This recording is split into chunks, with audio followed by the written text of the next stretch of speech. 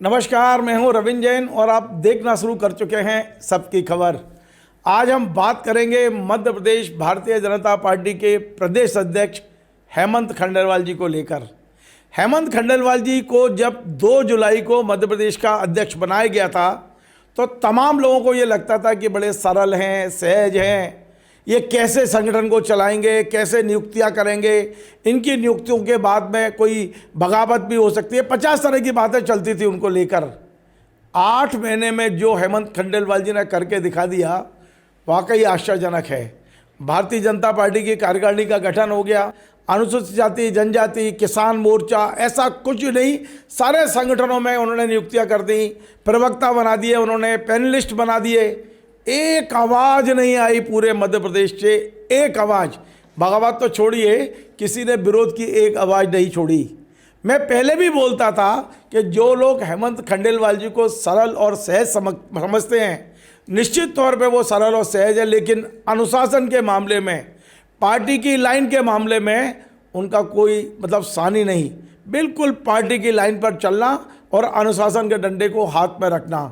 हमें याद है बुंदेलखंड के 2 नेताओं का झगड़ा, जो किसी की भी बस की बात नहीं थी सुलझाना। हेमंत खंडेलवाल जी ने साफ साफ कहा, मैं सागर की धरती पर तब कदम रखूंगा जब गोविंद राजपूत और भूपेंद्र सिंह एक होकर मेरा स्वागत करेंगे। और हुआ। दोनों नेताओं को आकर हाथ मिलाना पड़ा और हेमंत खंडेलवाल गोविंद राजपूत को लेके भूपेंद्र सिंह जी के घर खाना खाने गए और भूपेंद्र सिंह को लेके गोविंद राजपूत के घर गए। ये यदि कोई कर सकता है तो हेमंत खंडेलवाल कर सकते हैं।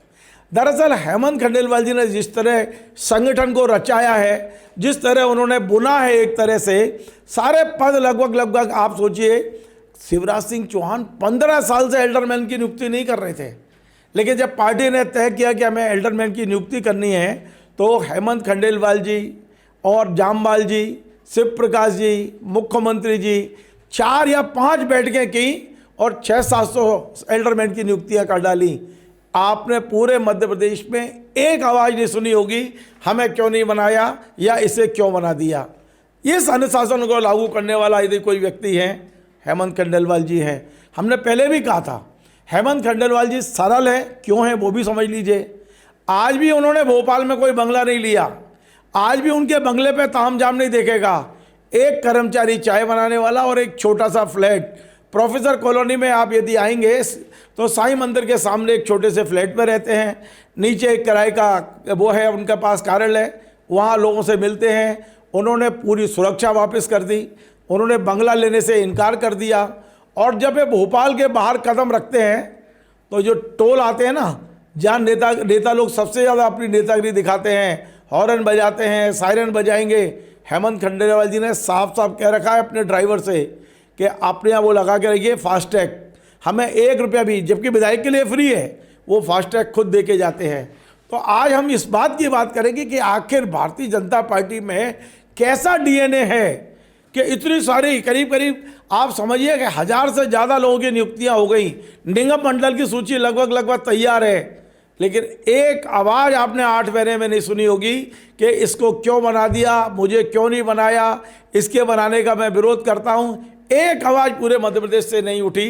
हम पूछते हैं रिजवान भाई, वरिष्ठ पत्रकार, कि आखिर ये कला कैसे आती है। हम कांग्रेस में देखते हैं एक नियुक्ति, अभी तो माली ये स्थिति है कि राज्यसभा कांग्रेस जीतेगी नहीं पता, लेकिन बिंद के नेता इकट्ठे होकर आ गए कि राज्यसभा तो ब्राह्मण को ही मिलना चाहिए, हमें ही मिलना चाहिए। ये जो कांग्रेस और बीजेपी का अंतर है उसे हम समझते हैं रिजवान, क्योंकि 20 साल से कांग्रेस बाहर है सत्ता से, 22 साल हो गए, लेकिन संभलने को तैयार आज भी नहीं है। और जो पार्टी सत्ता में है, सत्ता के सारे अवगुण उसके साथ होना चाहिए, वहाँ इतनी नियुक्तियों के बाद भी आवाज़ ना उठना, कोई विरोध ना होना। पूछते हैं रिजवान भाई, आपका बहुत बहुत स्वागत है। थोड़ी लंबी भूमिका बना दी मैंने, लेकिन हम समझते हैं कि राजनीतिक दलों में महत्वाकांक्षी लोग आते हैं। हम तो ये भी कहते हैं कि राजनीतिक दलों में जो स्वार्थी लोगों का समूह होता है।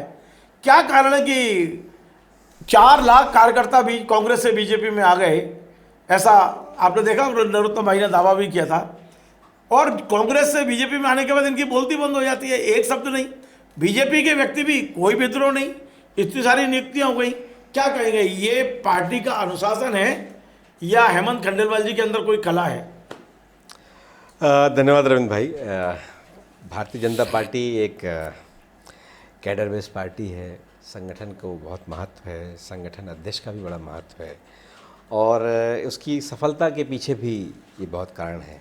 लोगों की बहुत सी अपेक्षाएं होती हैं, इच्छाएं होती हैं, महत्वाकांक्षाएं होती हैं और दबी ज़बान में बहुत तरह की चीज़ें अंदर ही अंदर होती भी हैं, लेकिन सतह पर नहीं आती। हाँ, ये हेमंत खंडेलवाल जी की इसलिए भी तारीफ़ की जानी चाहिए कि हेमंत खंडेलवाल के अध्यक्ष बनने के पहले भारतीय जनता पार्टी में गुटबाजी जो है बिल्कुल सतह पर आ गई थी। सिर्फ सागर ही क्या, सागर, रीवा और भी कई जगह, कटनी, कई तरह की जो जगह है वो सब जगह एक घमासान सा दिखने लगा था और मुखर होने लगे थे, मीडिया से के सामने बातचीत होने लगी थी। तो ये सब चीज़ें उनके आने के बाद इसमें बहुत तेज़ी से गिरावट आई और अब ये सन्नाटा सा भी हो गया है। एक आध दो विधायक हैं, वो एक रीवा वाले विधायक जी हैं, वो कुछ भी कहते रहते हैं। मूसा वो भी शांत है, प्रदीप पटेल की आप बात हाँ, लेकिन वो कर रहे मूसा गैंग से उनको अभी भी खतरा है। तो इस तरह की चीज़ें हैं, लेकिन हेमंत खंडेलवाल की तारीफ़ करनी चाहिए। मतलब कोई बहुत कड़क व्यक्ति नहीं है, कोई बड़े नरम से लोग तो उनको रसगुल्ला समझ रहे थे कि आराम से खा जाएंगे। हाँ बिल्कुल, लेकिन वो लोहे के चने हाँ, निकले। मैंने पीछे भी उनके लिए कहा था कि वो जो पुष्पा फिल्म का जो लोहे के डायलॉग चने हैं, हेमंत खंडेलवाल आसान नहीं है। पुष्पा फिल्म का जो डायलॉग है वो छोड़ूंगा नहीं। फ्लावर समझे है क्या, मतलब वो, लेकिन उस मामले में वो दिखते बहुत सौम्य हैं, सब में हैं भी, वो दिखते भी हैं भी। हम लोगों से जब मिलते हैं वो किस तरह से मिलते हैं, कितने प्रेम स्नेह से मिलते हैं और सबकी खबर की तारीफ भी करते हैं वो। तो वो जिस तरह से उन्होंने किया, और भारतीय जनता पार्टी में बहुत ढेर सारे कार्यकर्ता हैं, कांग्रेस से भी बहुत से आ गए, जिस तरह से भारतीय जनता पार्टी लगातार दावा भी करती है।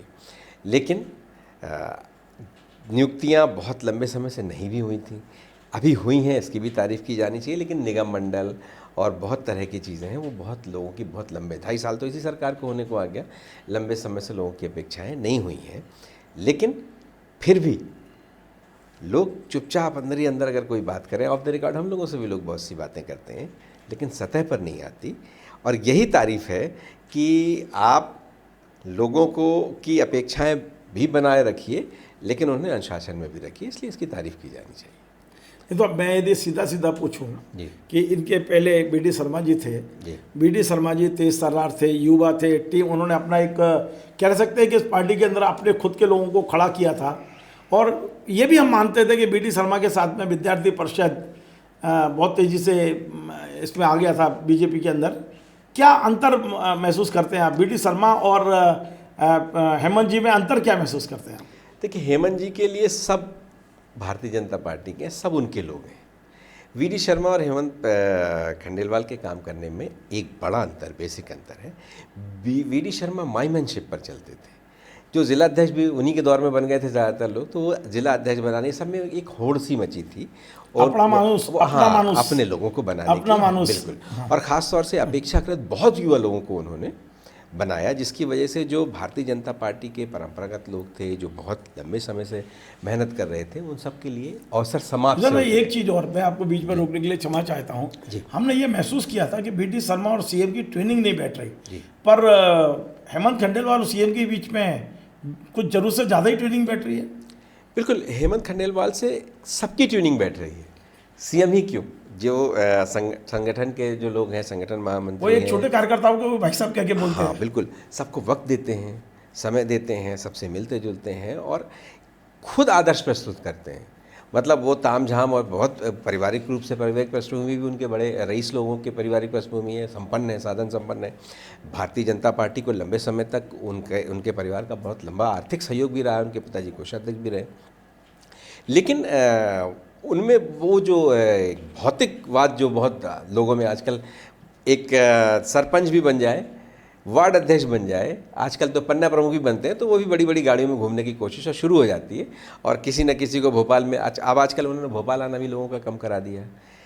पहली ही मीटिंग में, पहली अध्यक्ष बनने के बाद ही उन्होंने कहा था दाएँ बाएँ नहीं चलेगा, इसलिए कि वो उनके लिए संदेश था। जो लोग गुटबाजी फैला रहे थे, बहुत तरह की चीज़ें थी, वो तो ये सब उन्होंने संदेश भी दिया, सख्ती से संदेश दिया, लेकिन वो एक संदेश देने में सफल है। सरल अध्यक्ष जी, सुनिए आप, मैं एक नई बात पे ले जा रहा हूँ जी। इतना सरल और सहज अध्यक्ष, लेकिन मंत्रियों को इस ढिबरी इतनी टाइट कर दी है कि 2-2 दिन सब मंत्रियों को कार्यालय में बैठना पड़ रहा है। पहले भी व्यवस्था बनाई पर आते नहीं थे, लेकिन अब कोई मंत्री की हिम्मत नहीं है कि ना आए। नहीं आएगा तो आप सोच लो क्या होगा। तो इतना भय भी बढ़ा देना अपना, मतलब आपका चेहरा बड़ा सरल है, आप बड़े सौम्य हैं, लेकिन आपका डर उतना ही है जितना एक अध्यक्ष का होना चाहिए। हाँ, हेमंत खंडेलवाल इग्नोर नहीं किए जा रहे हैं। जो हेमंत खंडेलवाल ने जो तय कर लिया, आपस में समन्वय बैठा कर जो बातचीत कर ली, और सबसे आश्चर्यचकित बात भी ये है कि भारतीय जनता पार्टी के कार्यालय में मंत्री बैठते हैं, आते हैं। कार्यकर्ताओं के लिए एक अवसर है उनसे अपनी बात कहने का, जनता क्या चाहती है, कार्यकर्ता क्या चाहते हैं। कंटिन्यू रखेंगे या मंत्री हावी हो जाएंगे? नहीं, मुझे तो अभी फ़िलहाल ऐसा नहीं लगता कि हेमंत खंडेलवाल जिस तरह से धीरे धीरे उन्होंने पकड़ बना ली है, और वजह भी यही है कि भाई जब आप बहुत तरह की चीज़ों में लिप्त नहीं होंगे, आप बहुत लोगों को गणेश पर्व का नहीं कराएंगे, अपने इर्द गिर्द नहीं घुमाएंगे, माईमैनशिप पर नहीं चलेंगे, सारे कार्यकर्ता आपके हैं, पार्टी के जो भी कार्यकर्ता हैं, जिनके योगदान है, जिनकी निष्ठा है, उन सब को चेहरे देख देख कर नहीं, उनके कामकाज देख देख कर, वो जिस तरह जितने लंबे समय से उनका समर्पण है वो देखकर जब आप करेंगे तो जाहिर है भारतीय जनता पार्टी की पहचान ही ये थी। लेकिन पीछे कुछ समय ऐसा हो गया था, वो कांग्रेस के जैसे गुटबाजी दिखने लगी थी, और वो एक यूथ को जो लाना था, ऐसा लगता था, कई बार तो ऐसा लगता था भारतीय जनता पार्टी में जो जिला अध्यक्ष है और ये जो है युवा मोर्चा का अध्यक्ष है कि भारतीय जनता पार्टी का अध्यक्ष है, ये फर्क करना मुश्किल हो गया था। एक अंतिम सवाल रह गया है मेरा जी। अंतिम सवाल यह है रिजवान भाई कि केवल कार्यकारिणी जो बनाई थी, प्रदेश पदाधिकारी बनाए, कार्यकारिणी तो भी बनेगी, पदाधिकारी बनाए, उसके बाद कार्यकारिणी बनने के बाद आदरणीय हितानंद जी जो संगठन महामंत्री रहे, उनका दायित्व बदल गया। अब जितनी नियुक्तियां हो रही हैं उसमें संगठन महामंत्री की कोई भूमिका नहीं है। आपको लगता है कि इसलिए भी उनको थोड़ी सी सहजता हो रही है कि एक जो नंबर होता है मुख्यमंत्री और सीधा प्रदेश अध्यक्ष मिलकर कर रहे हैं, तीसरी जो पंक्ति है वो बाहर हो गई है? देखिए, संगठन महामंत्री हितानंद जी नहीं है, अलग बात है, लेकिन अजय जामवाल जी, लेकिन अजय जामवाल जी हैं, और भारतीय जनता पार्टी में हाईकमान का भी एक महत्व है। तो ये एक तैयारी करते हैं, आपस में तय करते हैं, फिर हाईकमान से अनुमति लेते हैं। तो ये प्रक्रिया तो है, और जाहिर है कि हाईकमान की मर्जी के बिना बहुत चीज़ें नहीं होती भारतीय जनता पार्टी में। लेकिन जो कुछ भी हो रहा है वो एक तरह से उसमें असंतोष नहीं दिख रहा है, यही जिसकी बात आप कर रहे थे, ये सबसे महत्वपूर्ण है। कांग्रेस से आए हुए लोग भी जी कोई नाराज नहीं हो रहे, क्या कारण है? उन्हें बहुत कुछ नहीं मिल रहा है। वो मैं जैसा महसूस नहीं मिल करता रहा। हूँ, शिवपुरी में देखिए अध्यक्ष बनाया, अशोकनगर में जिला अध्यक्ष बनाया हुआ, और आपके कुछ मिल नहीं रहा। भाई आप कांग्रेस से आगे यदि भारतीय जनता पार्टी में जिला अध्यक्ष बन जाएंगे और इसके ऊपर कहाँ जाएंगे भाई? बिल्कुल रविंद्र भाई, उनमें से कुछ लोगों को मिला है, मौका मिला है, और वहाँ उसमें वो माईमैनशिप वाली परिस्थितियों में है, इसलिए कि वहाँ तो सिंधिया का जहाँ जो जोर चलता है वो अपनी चीज़ों में बनाने में सफल हो गए हैं। लेकिन बाकी ज़्यादातर जगह जो लोग पार्टी को देख के आकर्षित होकर आए, वो तो कोई किसी नेता के पीछे आ गए, आप किसी नेता के पिछलग्गू हो गए, आपको अवसर मिल गया, अलग बात है। लेकिन जो पार्टी के प्रति आकर्षित हुए या लोकसभा चुनाव में तो बड़े पैमाने पे आए, उसमें किसी नेता से प्रेरणा नहीं थी, सिर्फ प्रधानमंत्री नरेंद्र मोदी के नाम पर आ गए बहुत से सारे लोग, कांग्रेस में असंतोष पैदा हो गया, लेकिन उन्हें बहुत ऐसी चीज़ें नहीं मिली। चलिए, बहुत बहुत धन्यवाद। आज हमने इस बात की समीक्षा इसलिए की है कि ऐसे संगठन की कल्पना इस युग में करना मुश्किल है कि आप 1000 से ज़्यादा नियुक्ति कर दें और एक विपरीत आवाज़ न उठे। कहीं ना कहीं नेता अब है, कुछ तो कुछ काबिलियत है सबको साथ लेकर चलने की, सबको संतुष्ट करने की। हम लगातार ये बात कहते रहे हैं कि हम हेमंत खंडेलवाल जी की सरलता, सहजता के हमेशा कायल रहे हैं और हम कार्यक्रम भी बनाते रहे हैं। लेकिन जिस दिन हमें लगेगा कि हेमंत खंडेलवाल जी ट्रैक से नीचे हैं, तो उस दिन सबसे पहली खबर भी आपको सबकी खबर पे दिखेगी, ये हम वायदा कर चुके हैं। लेकिन वाकई इन विषयों पे भी चर्चा करना चाहिए कि एक और राज्यसभा की अभी घोषणा नहीं हुई, कांग्रेस में घमासान शुरू हो गया है, और दूसरी ओर बीजेपी ने तमाम सारे नियुक्तियां कर दी, एक आवाज़ नहीं उठी। अंतर तो महसूस करना चाहिए। नमस्कार। Join the next, be the best. Bundelkhand का सबसे विशाल और आधुनिक विश्वविद्यालय ज्ञानवीर यूनिवर्सिटी। ये सिर्फ एक यूनिवर्सिटी नहीं, ये है आपके सपनों का लॉन्च पैड। यहाँ मिले आपको smart classrooms, modern campus, updated labs और एक्सपीरियंस्ड फैकल्टी। हर स्टूडेंट को मिलता है कॉन्फिडेंस, ग्रोथ और एक ब्राइट करियर का प्रॉमिस। नए सेशन के लिए एडमिशन ओपन है, तो इंतजार कैसा? आज ही कांटेक्ट कीजिए।